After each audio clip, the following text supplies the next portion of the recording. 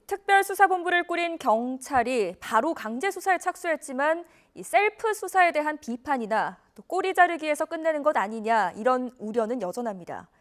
검찰 같은 다른 수사기관이 나서야 한다는 목소리도 나오는데 한동훈 법무부 장관은 검수완박 때문에 어렵다는 뜻을 밝혔습니다. 홍민기 기자입니다. 뼈를 깎는 각오를 언급한 경찰청장의 다짐에도 경찰박 시선은 싸늘합니다. 검찰이 직접 참사 원인과 경찰의 부실 대응을 수사해야 한다는 목소리가 나오자 한동훈 법무부 장관은 이렇게 답했습니다. 지난 검수완박 법률 개정으로 검찰이 대형 참사 관련해서 직접 수사를 개시할 수 있는 규정이 빠졌습니다. 틀린 말은 아닙니다. 지난 9월 검수완박으로 불린 개정 검찰청법과 형사소송법 시행으로 검찰의 직접 수사 대상에서 대형 참사가 빠졌기 때문입니다. 이후 검수원복으로 불린 시행령 개정으로 검찰 직접 수사 범위가 다시 늘어나긴 했지만 대형 참사는 해당 사항이 없습니다. 현재로선 1차 수사권을 가진 경찰이 사건을 넘긴 뒤에야 검찰이 보완 수사에 나설 수 있는 구조입니다.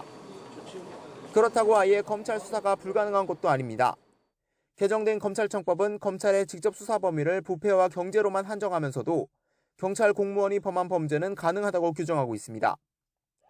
부실 대응 등 경찰 문제로만 한정할 경우 검찰도 이번 참사와 관련해 언제든 직접 수사에 나설 수 있는 겁니다. 그러나 복합적인 참사 원인과 책임 소재 등을 한꺼번에 규명해야 하는 상황에서 경찰 범죄만 선별적으로 수사하는 건 현재로선 비효율적이란 게 법무부와 대검찰청의 견해입니다. 대검 관계자는 제기되는 여러 원인 중 한 조각만을 떼어내 수사하는 것은 전체 사안을 규명하는 데 효과가 없다고 말했습니다. 검찰과 경찰 등이 한꺼번에 참여하는 합동수사 방안도 대안으로 제시되는데 법률적 검토가 선행돼야 한다는 의견이 많습니다.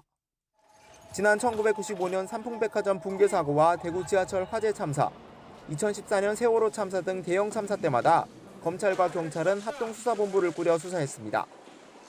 한 고검장 출신 변호사는 YTN과 통화에서 검사 파견도 생각해볼 방법이라며 정부가 이를 조율하려는 노력이 필요하다고 강조했습니다.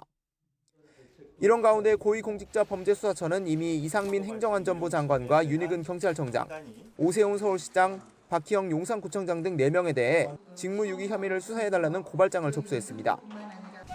공수처 관계자는 엄중한 사건임을 잘 알고 있다며 직접 수사에 나설지 검토하겠다고 밝혔습니다. YTN 홍민기입니다.